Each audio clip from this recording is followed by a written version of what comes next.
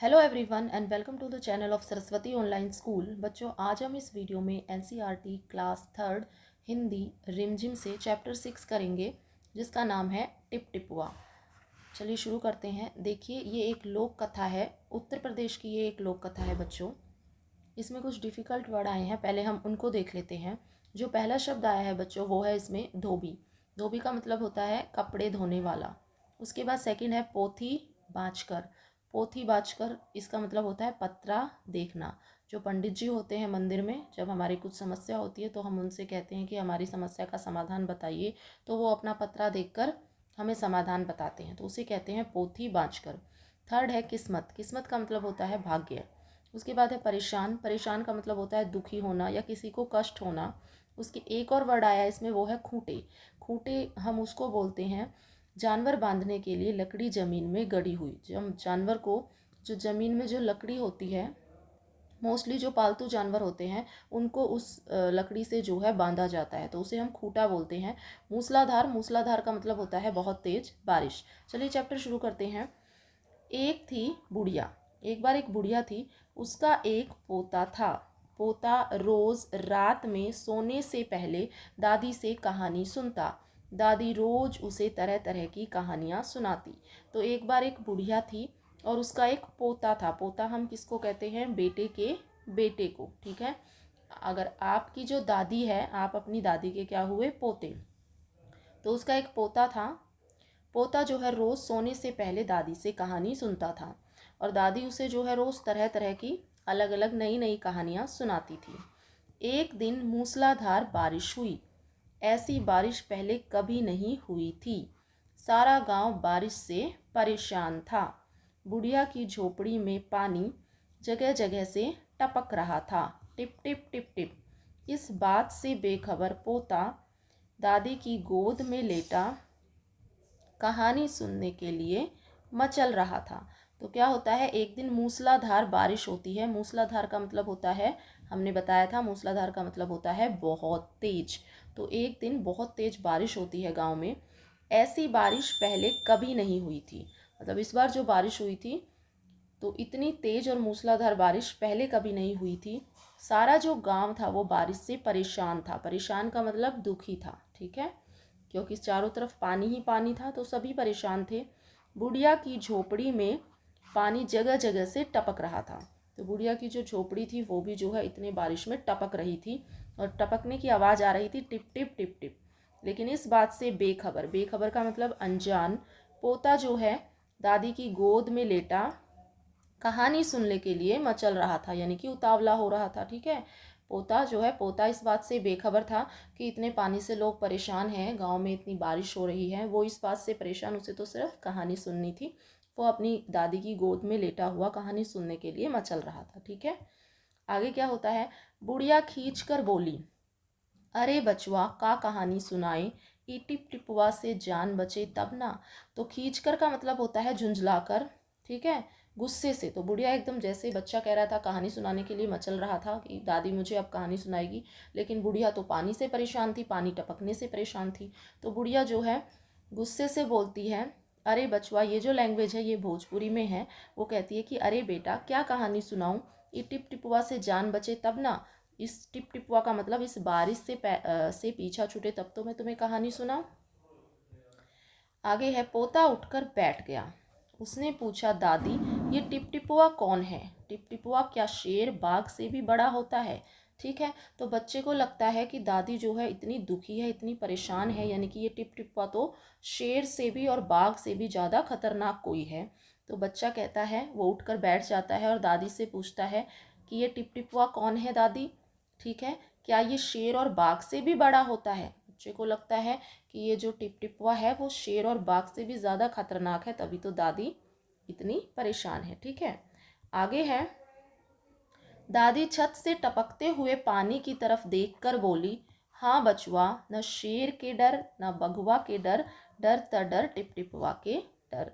तो दादी क्या कहती है, दादी जो है छत की तरफ जो पानी टपक रहा था उसको देखकर बोलती है कि हाँ बेटा, ना तो मुझे शेर से डर लगता है ना ही बाघ से डर लगता है, डर तो इस टिप टिपुआ से लगता है, ठीक है। आगे देखिए, संयोग से मुसीबत का मारा एक बाघ बारिश से बचने के लिए झोपड़ी के पीछे बैठा था। बेचारा बाघ बारिश से घबराया हुआ था। बुढ़िया की बात सुनते ही वह और डर गया। ठीक है, तो संयोग से यानी कि उसी टाइम क्या होता है कि मुसीबत का मारा एक बाघ भी जो है, क्योंकि बारिश बहुत हो रही थी, तो बारिश से बचने के लिए बाघ भी जो है उस झोपड़ी के पीछे बैठा हुआ था। जो बुढ़िया की झोपड़ी थी, उस झोपड़ी के पीछे बाघ बैठा हुआ था। ठीक है, और बेचारा बाघ जो है बारिश से बहुत घबराया हुआ था। ठीक है, क्योंकि पानी बहुत था, वो भी अपने आप को छिपाने के लिए जगह ढूंढ रहा था। ठीक है, तो वो बहुत घबराया हुआ था, नर्वस था।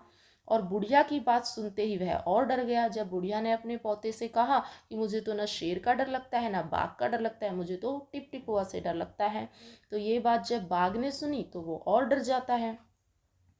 अब यह टिपटिपुआ कौन सी बला है, जरूर यह कोई जानवर है, तभी तो बुढ़िया शेर बाघ से ज्यादा टिपटिपुआ से डरती है।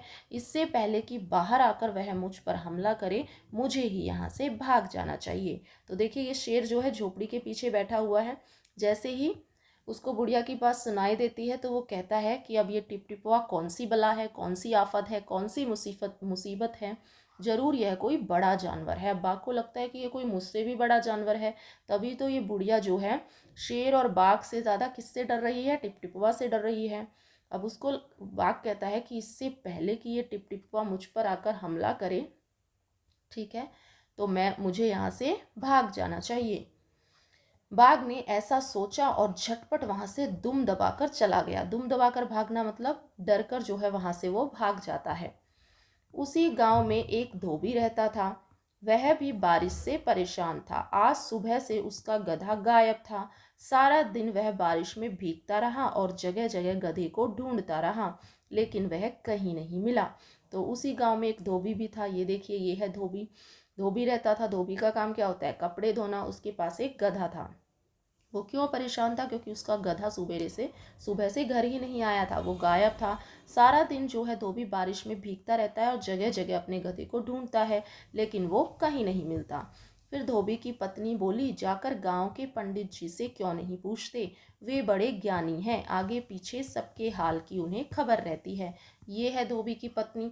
धोबी की पत्नी कहती है कि जाकर गांव के पंडित जी से पूछो, वो बड़े ज्ञानी हैं। ज्ञानी का मतलब उन्हें बहुत नॉलेज है, वो बहुत ज्ञानवान हैं, आगे पीछे सबके हाल की उन्हें खबर रहती है, उन्हें सबके बारे में पता रहता है, तुम उनसे जाके पूछो।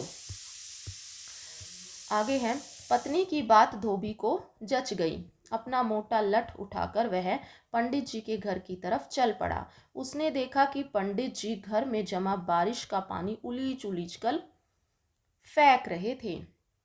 क्या होता है, पत्नी की बात जो है धोबी को जच गई। जच गई का मतलब पसंद आ गई, अच्छी लगी। तो पत्नी की बात जो है धोबी को अच्छी लगी और वो अपना मोटा लठ, लठ का मतलब डंडा, ये देखिए इसके हाथ में है, इसको बोलते हैं लठ, लठ उठाकर जो है पंडित जी के घर की तरफ, घर की ओर चल पड़ा।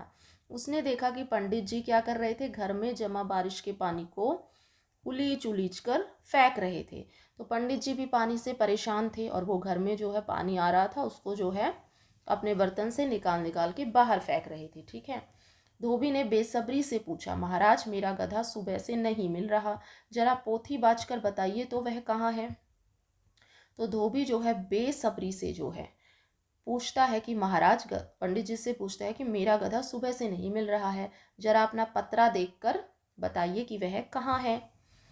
सुबह से पानी उलीचते उलीचते पंडित जी थक गए थे। धोबी की बात सुनी तो झुंझला पड़े और बोले।